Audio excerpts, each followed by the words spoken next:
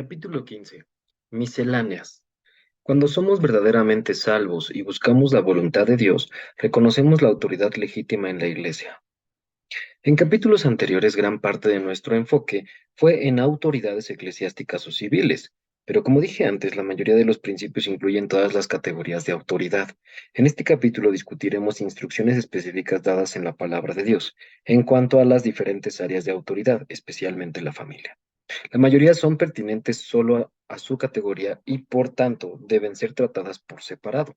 Sería fácil escribir todo un libro basado en el tema que discutiremos en este capítulo. Sin embargo, si aplicamos los principios que hemos aprendido, podemos extenderlos a lo que discutiremos en este capítulo, de modo que el libro se escriba en nuestros corazones. También examinaremos algunas instrucciones generales, en este capítulo las cuales no son lo suficientemente exclusivas como para escribir todo un libro sobre ellas. Por esta razón titulo este capítulo Misceláneas, la familia. Antes de que existiera la iglesia, el gobierno civil o la autoridad,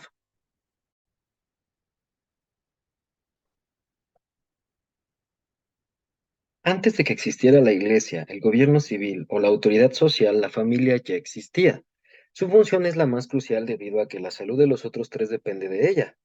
Pueden haber defectos en las otras áreas de la autoridad delegada y, sin embargo, la familia puede permanecer fuerte independientemente, pero no se puede tener un orden familiar roto sin que afecte a los demás. La autoridad en la familia es un fundamento esencial para los otros. Dentro de la familia hallamos el orden divino, bosquejado en las Escrituras. Hijos, obedeced a vuestros padres en todo, porque esto agrada al Señor. Colosenses 3:20. Porque el marido es cabeza de la mujer, así como Cristo es cabeza de la iglesia. Así que, como la iglesia está sujeta a Cristo, así también las casadas lo estén a sus maridos en todo. Efesios 5 del 23 al 24. Estos mandamientos, hallados en otras partes del Nuevo Testamento, establecen la escritura de la autoridad de Dios en el hogar. Los hijos deben obedecer a sus padres en todo, lo cual incluye todas las áreas de la vida. Este mandamiento no se aplica solo si un padre le ordena a un hijo que haga algo contrario a la palabra de Dios. ¿Cómo promover una conducta sexual promiscua con el padre?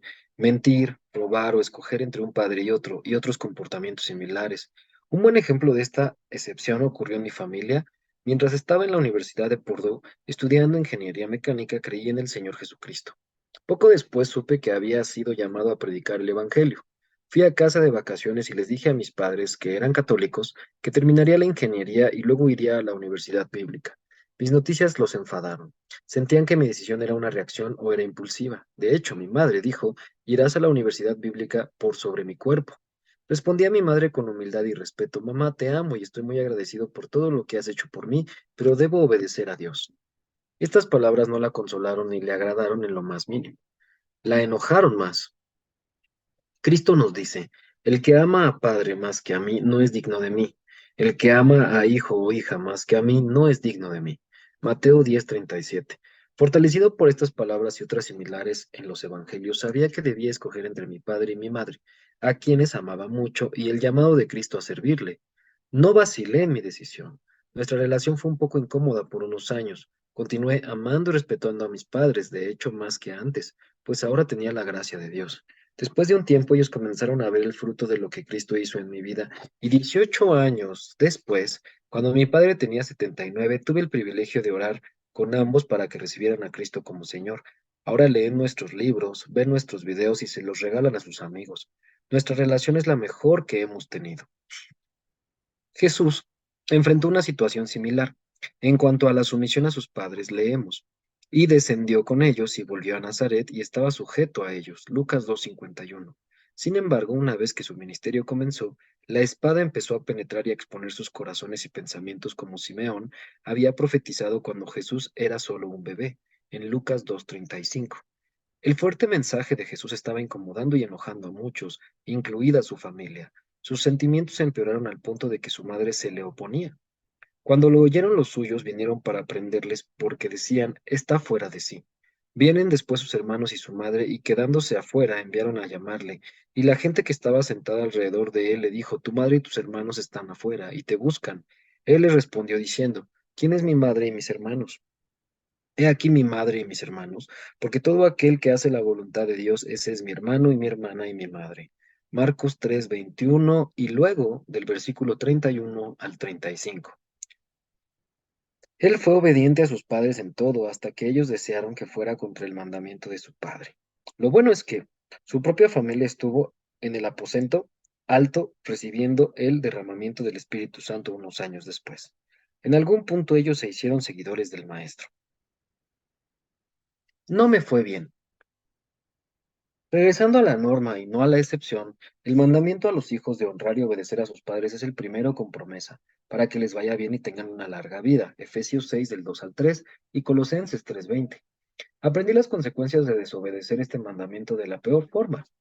Después de graduarme de Purdue, acepté un trabajo con Rockwell International. Comencé a asistir a la iglesia de la cual ya hablé. Después de mi segundo servicio, fui a comer con otras personas de mi edad. Conocí a un líder en el grupo de adultos solteros. Él necesitaba un lugar donde vivir y yo me estaba mudando a la ciudad. Después de hablar por un rato, pensamos que sería una buena idea compartir un apartamento. Estaba emocionado porque ahorraría dinero y en ese entonces estaba sin mucho, pues acababa de terminar la universidad. Al siguiente día llamé a mi papá y le conté las noticias.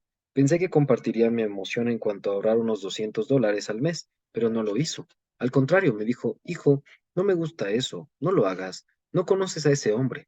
Traté de persuadirlo contándole lo involucrado que estaba como líder en el ministerio de solteros, pero no lo pude hacer cambiar de opinión. Al colgar el teléfono concluí que mi padre no entendía estas cosas porque no era creyente. Después de todo, el hombre tenía una posición importante. Ignoré las palabras de mi padre y al siguiente día hallamos un apartamento y firmamos el contrato de alquiler. Cuando fuimos a alquilar un camión para mudarnos, mi nuevo compañero de cuarto me pidió si podía pagar yo porque había olvidado su chequera. Cuando fuimos a pagar el depósito por el apartamento hizo lo mismo. Continuó con igual comportamiento y terminé pagando solo por los 2 primeros meses de alquiler para ambos, así como todas las cuentas y sus numerosas llamadas de larga distancia. Le presté mi carro varias veces porque no tenía uno.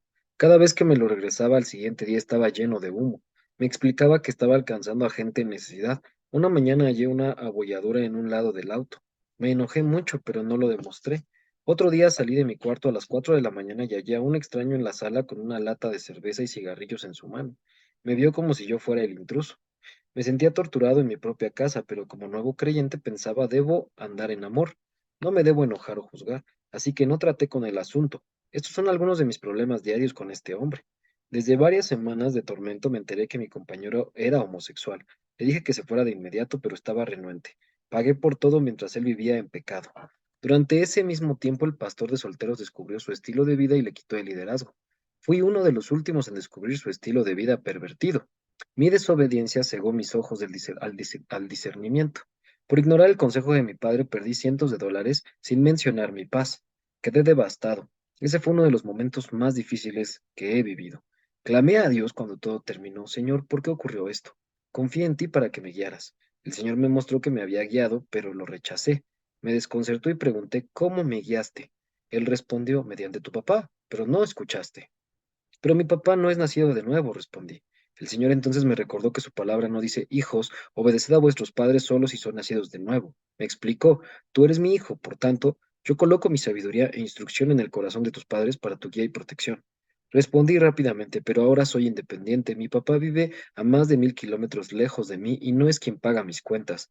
Él me dijo, el hecho de que pagues tus propias cuentas y que tus padres estén a 1000 kilómetros lejos de ti no significa que mi mandamiento a obedecerles ya no sea aplicable. Su mandamiento promete que nos irá bien si lo seguimos y puedo testificar que no me fue bien. Él me mostró en qué punto un hombre queda libre de la autoridad de su padre y su madre. Desde el principio Dios mandó, por tanto, dejará el hombre a su padre y a su madre y se unirá a su mujer y serán una sola carne. Génesis 2:24. La última instrucción que un padre le da a su hijo es la bendición sobre su compañera de matrimonio.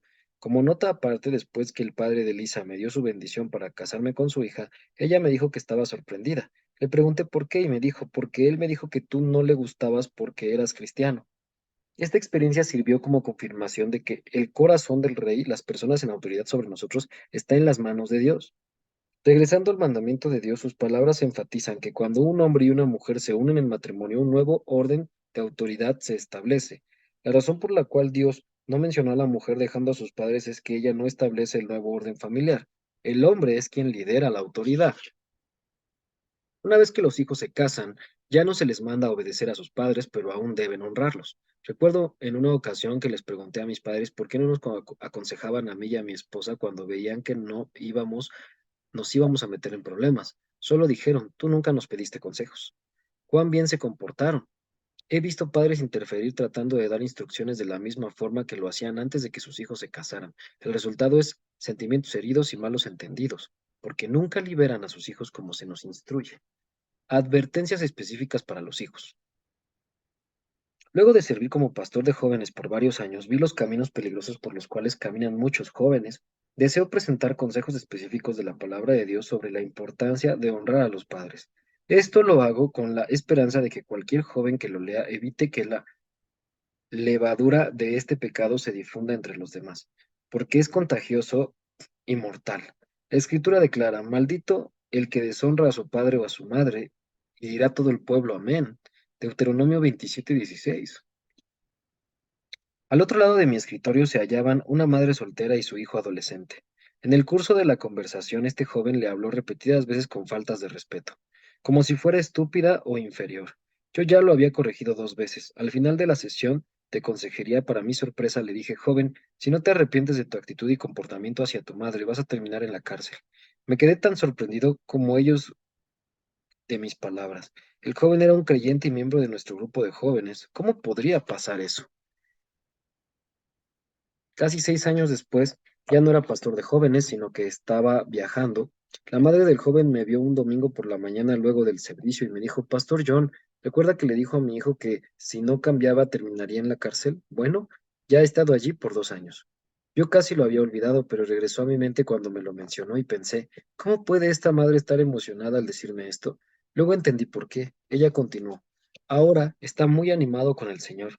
Les testifica a los otros reclusos y está involucrado en el ministerio de la cárcel. Está leyendo sus libros y recibiendo mucho de ellos. Me asombró cómo el juicio de Dios sobre la vida de ese joven cambió las cosas. Habría sido mejor si no hubiera tenido que aprender de la aflicción, si hubiera escuchado las palabras que le dije años antes, pero lo que era importante, la pasión por Dios, ahora estaba en su corazón. Podemos ver lo serio de que los hijos ataquen a sus padres física o verbalmente examinando cómo debían ser castigados en el Antiguo Testamento. El que hiriere a su padre o a su madre morirá. Éxodo 21:15. E igualmente el que maldijere a su padre o a su madre morirá. Éxodo 21:17. Cristo se refirió al mandamiento del Antiguo Testamento cuando dijo, porque Dios mandó diciendo, honra a tu padre y a tu madre, y el que maldiga al padre o a la madre muera irremisiblemente. Mateo 15:4. Moisés dio instrucciones de cómo tratar a un hijo rebelde.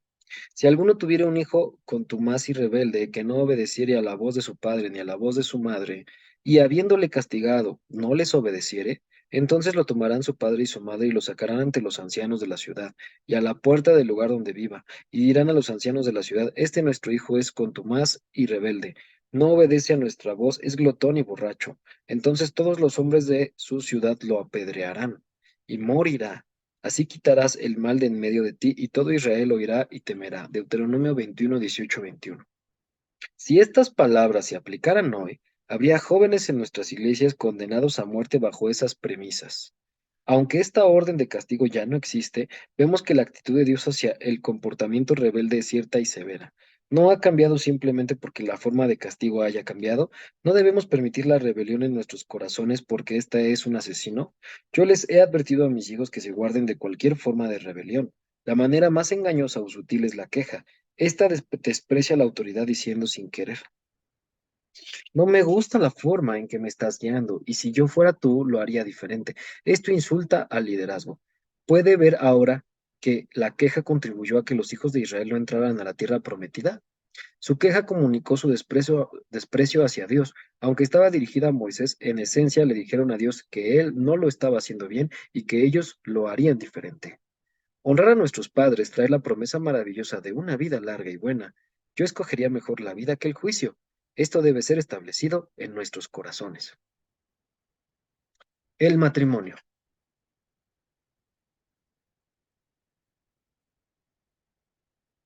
Volvamos nuestra atención al orden divino con el matrimonio.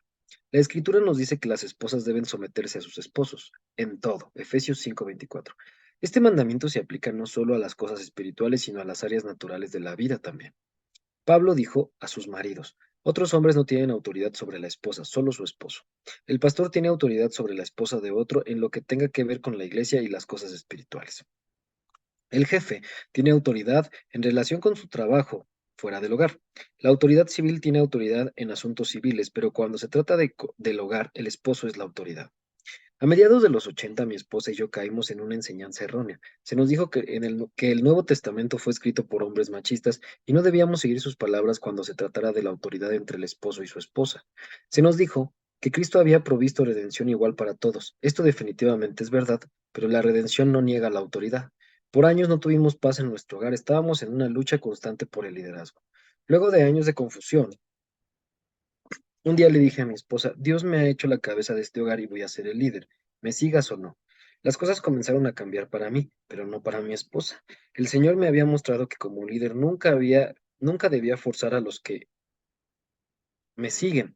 Cristo no lo hace con nosotros. Si aquellos bajo nuestra autoridad no nos siguen, sufren. Entré en una paz y un descanso divinos. Sin embargo, Lisa continuó cargando con las presiones del hogar. Estaba convencida de que yo era un líder irresponsable. Yo estaba joven y tenía muchas fallas, de manera que muchas de sus preocupaciones parecían ser justificadas debido a mis errores del pasado. A veces sus temores eran tan extremos que me despertaba en medio de la noche para recordarme que no estaba llevando mi parte de la carga y que ella estaba haciendo mucho más de lo que le correspondía. Yo simplemente sugería darle todas las preocupaciones a Dios y me iba a dormir de nuevo, mientras ella permanecía despierta junto a mí, temiendo lo peor. La carga aumentó para ella, la preocupación constantemente la plagaba, su mente nunca estaba en descanso. Siempre luchaba imaginándose mentalmente todas las crisis posibles que nuestra familia pudiera enfrentar. Poco después, la tensión que llevaba se tornó casi insoportable. Tenía que tomar largas duchas o baños para tratar de aliviarla. Una noche, en uno de esos baños, mientras estaba quejándose de mí, Dios le habló: Lisa, ¿crees que John es un buen líder? Ella respondió rápidamente: no, no lo creo. No confío en él. Lisa, no tienes que confiar en John, respondió él. Solo tienes que confiar en mí. Tú no piensas que John está haciendo un buen trabajo como cabeza de este hogar. Sientes que puedes hacerlo mejor. La tensión que estás experimentando es debido al peso y la presión de ser la cabeza de un hogar. Este es un yugo para ti, pero es un manto para tu esposo. Déjalo. Lisa lo vio de inmediato. Dios, no un hombre sediento de poder, fue quien dijo que ella debía someterse a su esposo. El liderazgo de nuestro hogar era algo opresivo para ella porque no era la posición que debía ocupar. Dios había permitido que experimentara la carga de la responsabilidad sin la unción o la gracia para llevarla, la cual Él le da al esposo. Ella salió del baño llorando y pidiendo perdón. Entró en la paz y el descanso al cual yo había entrado hacía unos meses, y nuestro hogar por primera vez en años experimentó la verdadera armonía. El trato del Espíritu Santo con ella esa noche la ayudó a darse cuenta que Dios no había dicho que se sometiera solo si estaba de acuerdo o le gustaba lo que su esposo decidiera. Se percató de que si se sometía al mandamiento, la protección de Dios estaría sobre ella. ¿He cometido errores después de eso? Absolutamente. Muchos. Sin embargo, Dios ha protegido a Lisa a través de mis errores y le ha dado paz. Cuando ella es sumisa, su protección está sobre ella, sin importar lo falto de sabiduría que sean las decisiones que su esposo tome. Esposos irrazonables o inconversos. Este mandamiento para las esposas de someterse a sus esposos no es dado simplemente a aquellas cuyos cónyuges son creyentes. Pedro dice: asimismo vosotras mujeres estad sujetas a vuestros maridos, para que también los que no creen a la palabra sean ganados sin palabra por la conducta de sus esposas. Primera de Pedro 3:1. Investiguemos primero la frase: asimismo vosotras mujeres. Pedro acababa de concluir su discusión sobre cómo manejar el trato injusto de las autoridades. Tratamos esto en detalle en el capítulo 13, pero al instante ofreció instrucciones similares a las esposas en cuanto a sus esposos. Si unimos esas palabras, leemos: criados, estad sujetos con todo respeto a vuestros amos, no solamente a los buenos y afables, sino también a los difíciles de soportar, porque esto merece aprobación. Si alguno a causa de la conciencia delante de Dios sufre molestias padeciendo injustamente, asimismo, vosotras, mujeres, estad sujetas a vuestros maridos, para que también los que no creen a la palabra sean ganados sin palabra por la conducta de sus esposas. Primera de Pedro 2, del 18 al 19, y luego tuvimos un corte y leímos el 3 y el 1, del 3 al 1, perdón. Es triste, pero es cierto. He conocido esposos creyentes que eran líderes más duros que los no creyentes. Sin embargo, como regla general, los esposos más difíciles a los cuales someterse son los que no han sido salvos. De nuevo, quiero enfatizar, si un esposo instruye a su esposa a que vaya en una dirección contraria a la palabra de Dios, ella no tiene que obedecer su instrucción, pero debe mantenerse con una actitud sumisa. Pedro continúa mostrando cómo esta actitud sumisa es el testigo más poderoso para el esposo, aún más que la palabra predicada. Conozco a una mujer cuyo esposo no era creyente, por años ella le predicaba, dejaba tratados en su mesa de trabajo, Biblias junto a su cama, y donde él se sentaba así como revistas cristianas en la mesa de la sala. Cuando invitaba a parejas para reuniones sociales, los hombres siempre eran creyentes fuertes, por lo que esperaba que le testificaran a su esposo. Un día Dios le habló: ¿Por cuánto tiempo vas a dificultar la salvación de tu esposo? Ella respondió sorprendida: ¿Estoy impidiendo la salvación de mi esposo? ¿Cómo? El Señor le mostró que mientras que le predicara y manipulara las cosas, ella no estaría haciendo lo que Dios había instruido. Él le mostró el versículo de Primera de Pedro y la instruyó: Deshazte de los tratados, las revistas y las Biblias, y deja de invitar a parejas cristianas a tu casa. Ella me dijo: John, simplemente lo amaba y me sometía a él, y en 2 meses mi esposo creyó en Cristo. Yo me he quedado en su hogar y sé que este hombre ama mucho al Señor.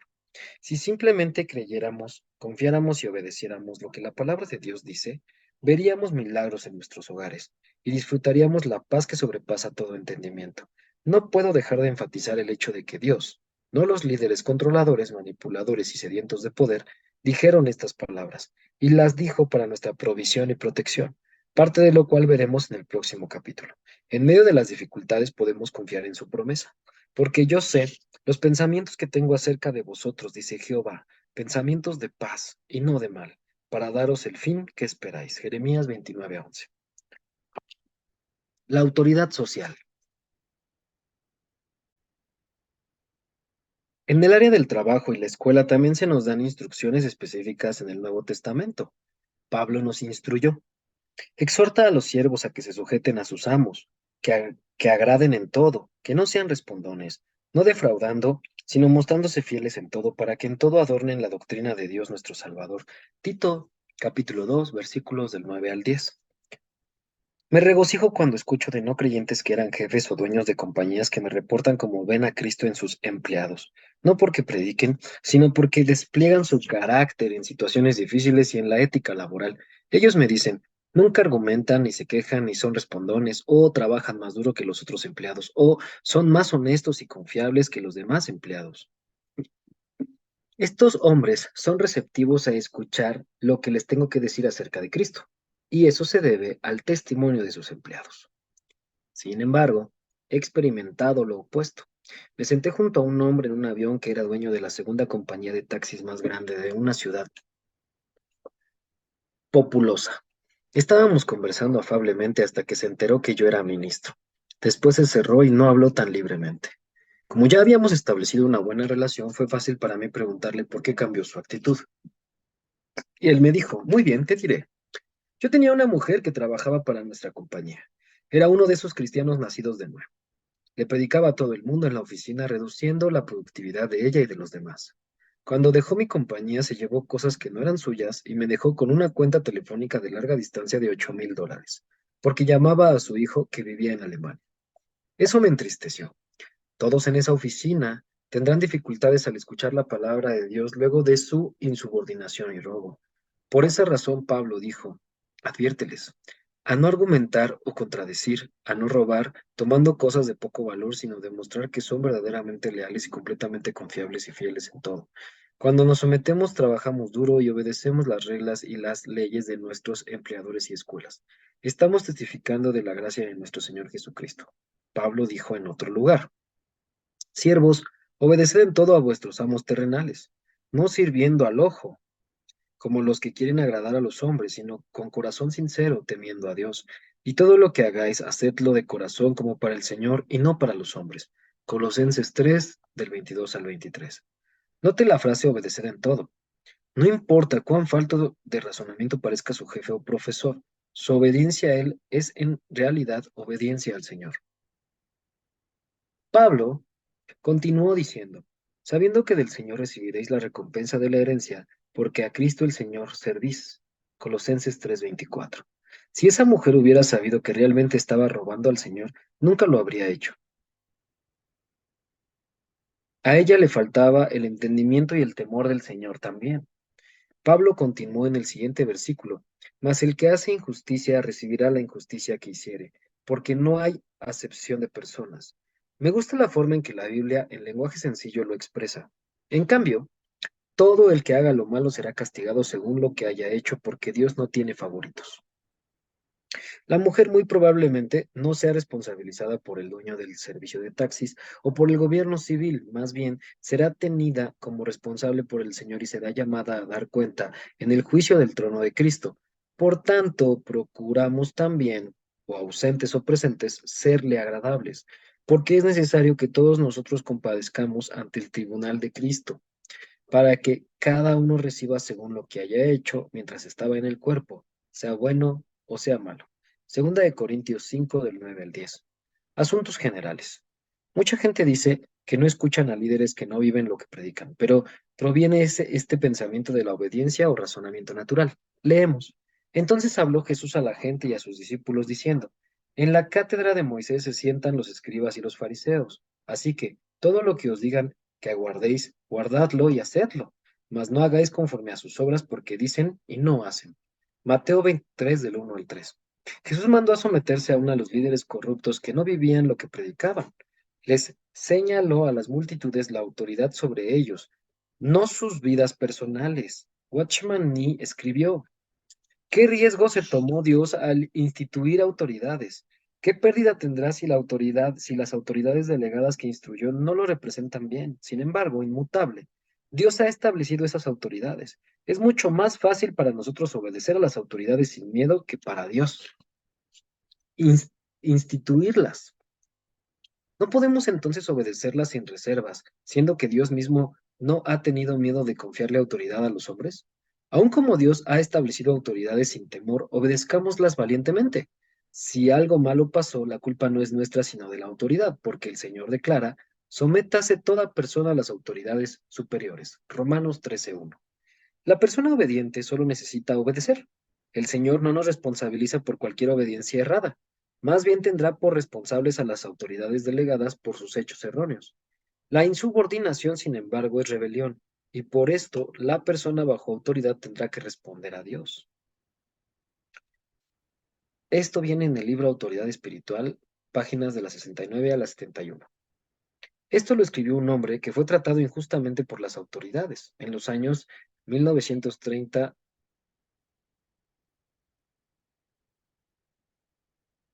a 40. Ayudó a establecerse iglesias en China completamente independientes de organizaciones misioneras foráneas y fue instrumento para atraer al reino de Dios a muchos. Sus actividades enfurecieron a las autoridades, por lo que fue arrestado en 1952 y hallado culpable de un gran número de cargos falsos. Fue encarcelado hasta su muerte en 1972, pero su temor reverente al Señor fue un testimonio para muchos en la prisión, y muchos fueron salvos a través de su ejemplo. Sus escritos aún hablan a multitudes muchos años después. ¿Cómo reconocer a la autoridad? He señalado a través de este mensaje cómo reconocer a las autoridades designadas, pero al concluir este capítulo es oportuno repetir lo que se ha dicho. En las áreas civiles y sociales, reconocer a la autoridad legítima no es difícil. Leemos: por causa del Señor someteos a toda institución humana. Primera de Pedro 2:13. Reconocemos a los oficiales públicos como aquellos que han sido juramentados o empleados como trabajadores del gobierno. Luego están los líderes de compañías o profesores empleados o directores de instituciones educacionales, y sabemos que su autoridad es auténtica. La autoridad en el hogar es fácilmente reconocible. Cuando una mujer se casa con un hombre, pasa bajo su autoridad, protección y provisión. Cuando un niño nace en una familia, los padres son su autoridad. Si el niño es adoptado, debe honrarlos como si fuesen sus padres biológicos. Un hijo en un orfanato o en cuidado de acogida debe respetar a los líderes como su autoridad. El discernir a la autoridad legítima es un poco más complejo en la iglesia. La escritura advierte de falsos apóstoles, profetas y líderes dentro de la iglesia. No debemos someternos a ellos, como Pablo dice, a los cuales ni por un momento accedimos a someternos. Gálatas 2:5. Los líderes falsos pueden manifestarse de dos formas. Primero, enseñan doctrina falsa que no se alinea con las escrituras. En el contexto de lo que Pablo acaba de decir, escribió: más Si aún nosotros o un ángel del cielo os anunciare otro evangelio diferente del que os hemos anunciado, sea anatema. Gálatas 1:8.